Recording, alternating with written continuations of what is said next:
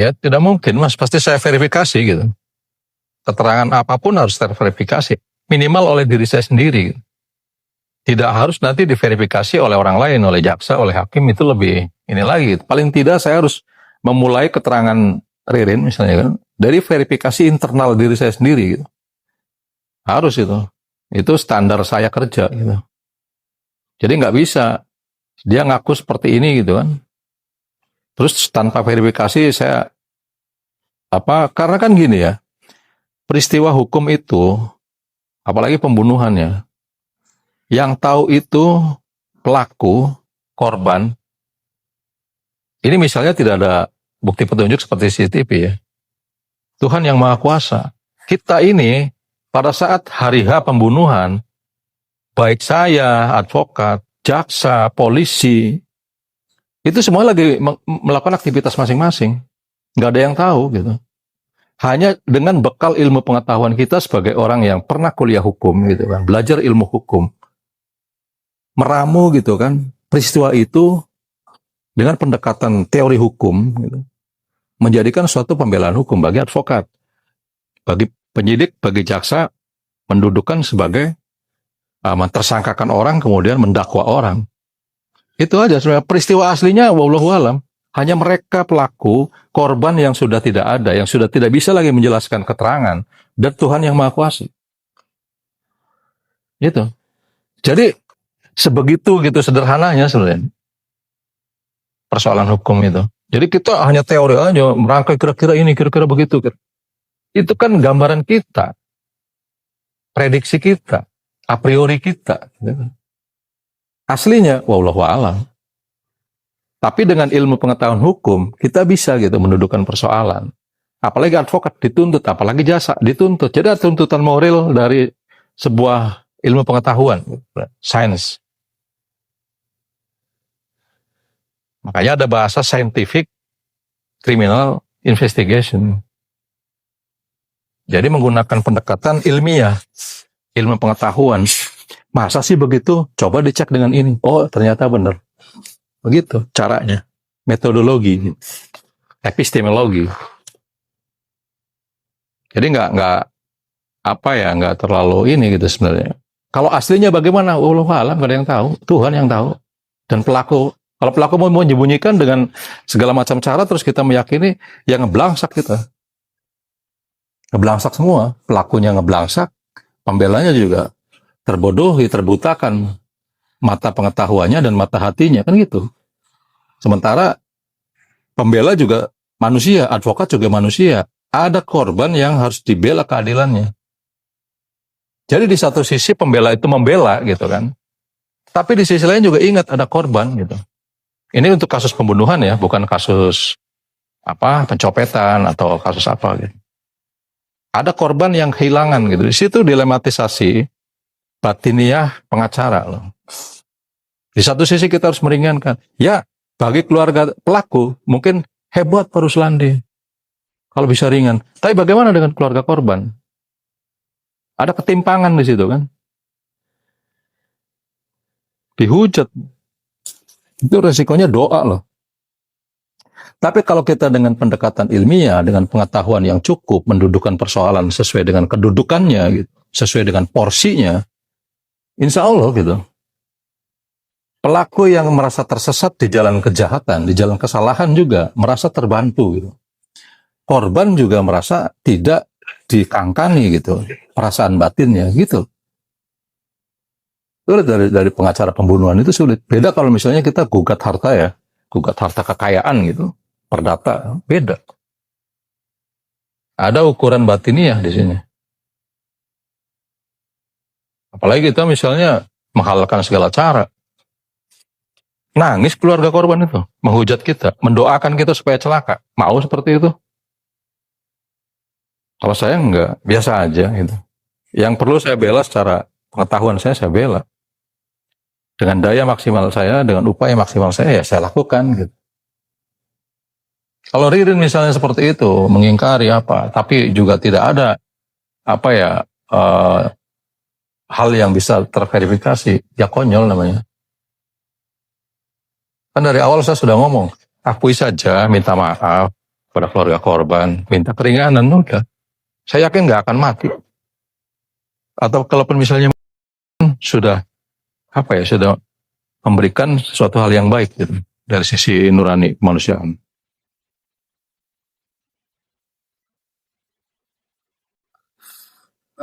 Oke, untuk teman-teman, ada 2 tema, sebenarnya ada 3 ya, tapi yang kita bahas seputaran perihal persidangan ya. Teman-teman, nanti kita kasih kesempatan untuk teman-teman bertanya mengenai seputar jalannya persidangan, tuntutan jaksa untuk hari ini. Dan nanti untuk tema yang ketiga, Pak Ruslandi juga menangani kasus laporan keluarga Aman Yani. Itu nanti ya, tolong pisahkan dulu untuk perihal Aman Yani ini. Untuk nanti tema yang ketiga pasti akan kita bahas.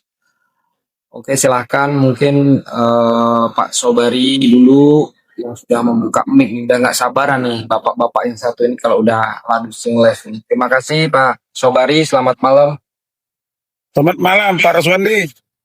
Selamat malam Pak Sobari, kita ketemu lagi. Sehat Pak? Alhamdulillah Pak, sehat. Pak, ada 2 yang perlu saya tanyakan. Tadi ada pengakuan dari pihak Priyo mengatakan bahwa sebaik umur 7 bulan, si Ririn yang masukkan ke dalam kolam bak mandi.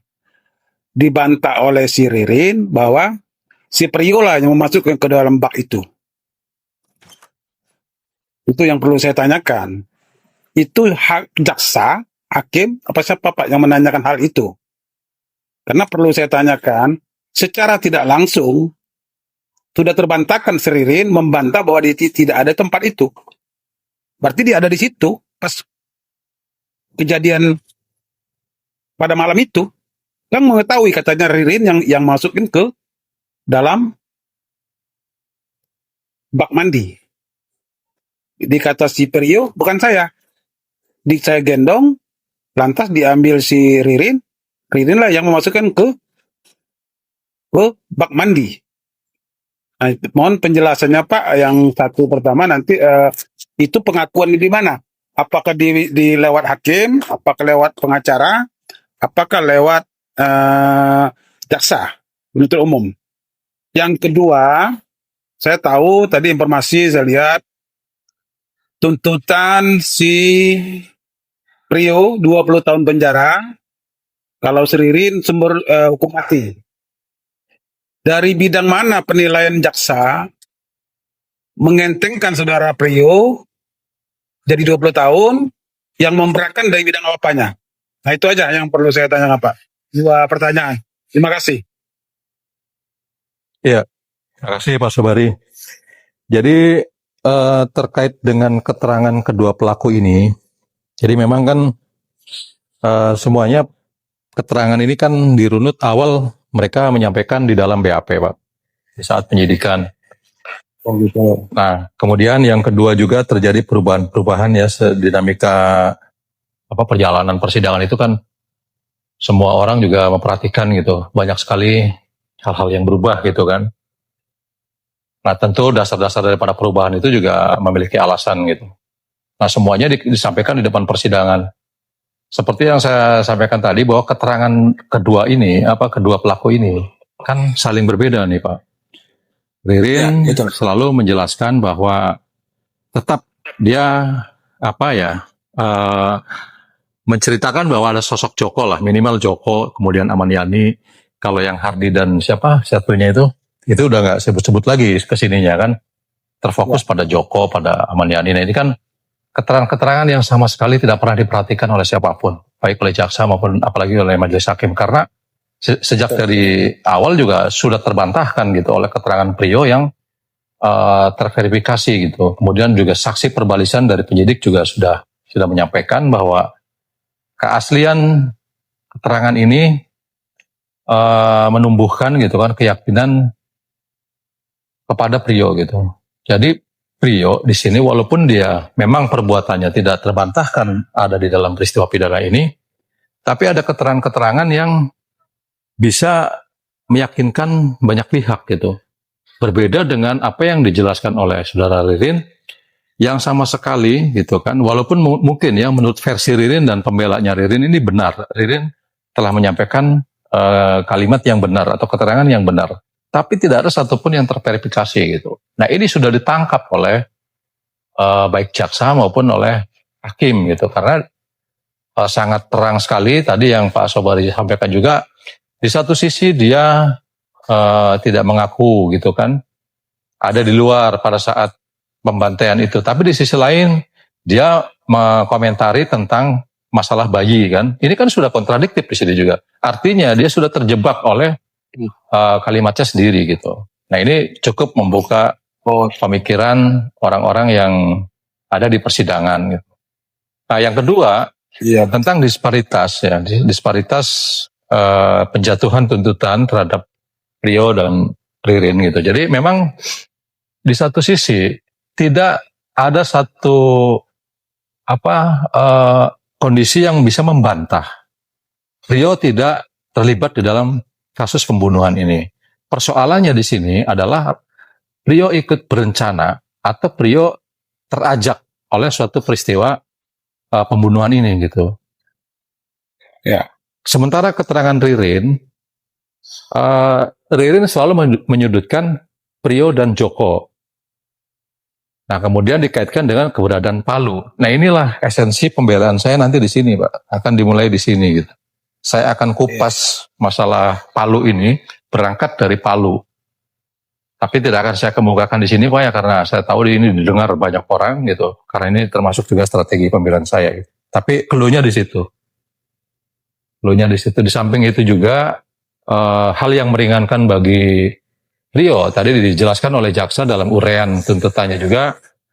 Rio jujur dan Rio mengakui bersalah dan Rio menerangkan suatu keterangan yang berguna bagi pengungkapan. Itu yang menjadi hal yang meringankan bagi Rio. Meringankan ya? Ya, meringankan. Sementara dalam tuntutan saudara terdakwa Ririn tidak ada satupun hal yang meringankan. Bahkan semuanya bohong semua gitu, sehingga tidak segan-segan jaksa menuntut pidana mati. Gitu, Pak. Karena begini, Pak ya. Kalau penilaian saya, Bapak sudah berhasil. 20 tahun sudah berhasil. Iya, ini memang sesuai target saya. Udah berhasil. Nggak turun, nggak naik aja udah berhasil. Itu udah berhasil, betul-betul udah berhasil. Makasih, Pak. Lanjut yang lain. Ya, makasih Pak Sobari. Ya, terima kasih ya Pak Sobari. Jadi teman-teman, tentunya tadi juga saya sudah bertanya banyak ya sama Pak Ruslandi.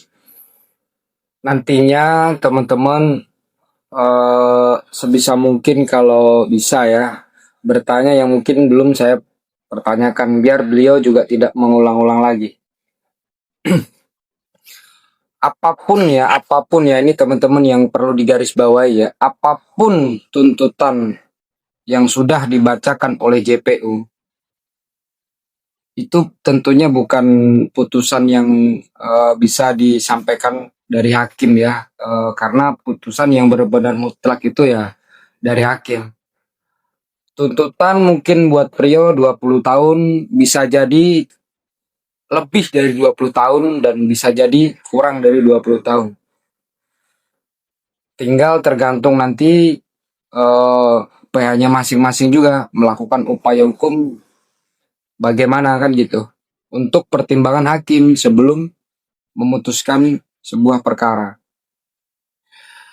Oke, dilanjut untuk Healthy. Selamat malam Kak Healthy.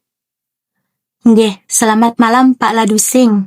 Nggih. Ya, malam. Saya pertama-tama ingin mengucapkan selamat nggih kepada Pak Ruslandi karena bagaimanapun kan berkat Rio dengan Pak Ruslandi berubah dengan Pak Ruslandi dapat dikatakan Rio tidak sama dengan tuntutan JPU kepada Ririn kan gitu, berbeda. Bahkan dapat dikatakan cukup jauh berbeda ya Pak. 20 tahun dengan hukuman mati. Nah, yang ingin saya pertanyakan ada 2 poinnya Pak. Yang pertama nih, dari yang tuntutan dari JPU menurut Bapak nih, mana yang paling krusial Pak? Kira-kira yang dia tidak dapat dikatakan tidak sejalan dengan persidangan, atau dapat dikatakan bahwa pernyataan tuntutan JPU itu dapat dikatakan lemah secara pembuktian Pak.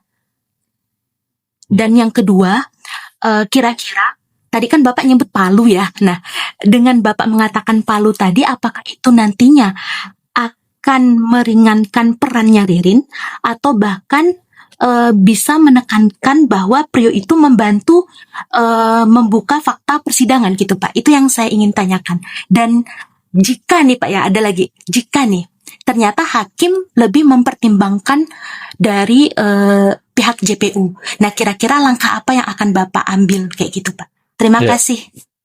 Ya, terima kasih Mbak Elti. Jadi tuntutan JPU ini saya ceritakan lagi. Ini pondasinya adalah dakwaan.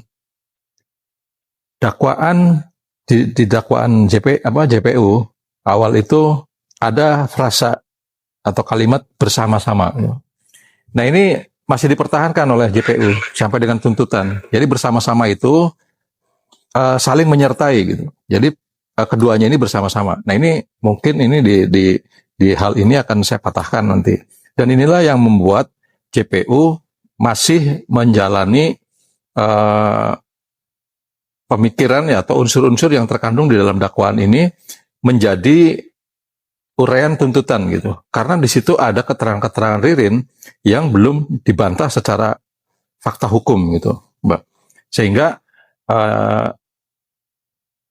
maksudnya uraian atau konstruksi atau struktur tuntutan dari jaksa ke Prio ini masih terkontaminasi dengan keterangan-keterangan Ririn gitu, sehingga ini menjadi tetap bersama-sama gitu.